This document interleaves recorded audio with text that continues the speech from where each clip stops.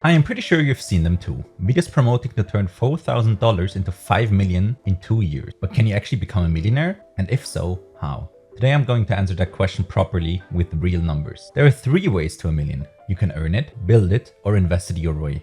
Door 1 is a high salary. It works, but by definition, only a small number of people can sit at the top of a pay scale. And it isn't even the salary that decides it, it's how much you save. Someone earning $110,000 who saves a fifth ends up ahead of someone earning $250,000 who saves a 20th. Door 2 is founding something. Great average, terrible middle. For every founder you've heard, there are hundreds of thousands you haven't. And that's basically the same bet as buying a lottery ticket. So 2 of the 3 doors are open to almost nobody. That leaves 1 left. So let's talk about the 3rd door. There are 2 obvious paths through it: luck or skill. Luck means putting the money into some random investment that then goes up massively. For example, buying Bitcoin in early 2011 when one cost 30 cents and one sits around $60,000 today. But spotting it wasn't the only hard part.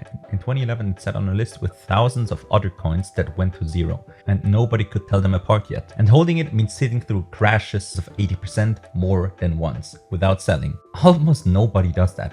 Skill, on the other hand, means picking specific investments because you're actually good at it. You can value a company properly or you have great timing. Except almost nobody beats the market. And amateurs, not professionals. In 2025, 79% of professional US fund managers did worse than simply owning the whole market. And these are the people who do this all day with teams and data you can't buy. Ordinary people, therefore, might do even worse. But if you listen closely, a 3rd path just opened up. If nobody reliably beats the market, then just hold the market, and that's passive investing. You can buy an entire market in one go. That's what an ETF is. One vehicle that holds every company on a list. So instead of choosing 40 stocks, you place a single order and own 4,000 at one go. You stop trying to guess which companies win and you take the average of all of them. The thing that makes markets work is diversification. So what is it? Diversifying means not putting everything in one place, and it works on 3 levels specifically. Across companies, so no single failure matters. Across countries, so no single government matters.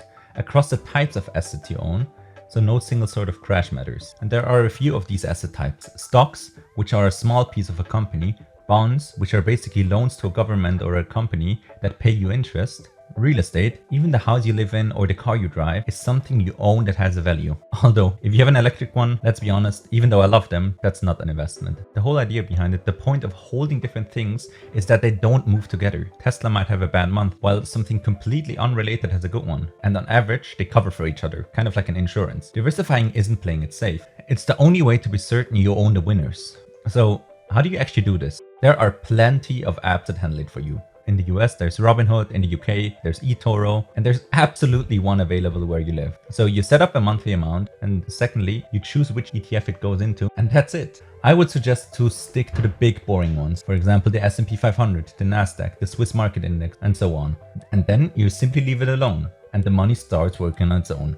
So how much can you actually make? It depends entirely on 2 things: how much you can spare and how long you can leave it. Take for example $500 a month at an average return of 5% a year. After 10 years, you've put in 60,000 and you have about 75,000. Fine, not necessarily thrilling, but after 20 years, you've put in 120,000 and you have 198,000. After 30 years, you've put in 180,000 and you have 398,000. Look especially at the last one. More than half of it is money that nobody earned. It was made entirely by returns from the earlier years, earning returns of their own. That's the whole idea, and it barely shows up for the first decade. More money in and more time, and the effect gets bigger. There's no 3rd lever. So let's think about it again. Can you become a millionaire with passive investing? Realistically, no. But that was never the point, because the alternative is leaving it in a savings account, earning about 0.25%, and that difference over 30 years is enormous. Not a million, just a few $100,000 you'd otherwise have left on the table for no reason at all. Of course, this isn't risk-free, and I'm not going to pretend it is. ETFs fall, sometimes badly, and sometimes for years. That's exactly why I diversify, and exactly why I hold it for a long time. Because over long stretches, a broad stock ETF has been reliably positive. But it is not simply just a line that only goes up, and anyone telling you otherwise is selling you something. There are also costs. The app takes a cut, and the funds also take a small annual fee. And of course, there's also inflation. $1 million in 30 years buys you what 742,000 buys you today. And that's if the inflation stays at 1%. At 2%, it's 552,000. So the target is moving away from you while you walk toward it. And what do I actually do? I put in $250 a month into 3 funds automatically, and then I ignore it completely. Over 30 years, that comes to about 199,000, and 90,000 of that will be my own money. So will it make me a millionaire? No. At that rate, the million takes somewhere between 47 and 59 years, but it builds a serious cushion under my pension, and it does so while I'm not paying attention. So most people think investing is how you get rich. It's not. It's how you stop leaving a third of $1 million on the table for no reason whatsoever. But then again, do you even need to be a millionaire? Past a certain point, more money stops buying you more happiness. There are cheap things that work better, and most of them you already have access to. However, you're still losing money by just leaving it on a savings account. And that's the entire point of this video. And that part will never change.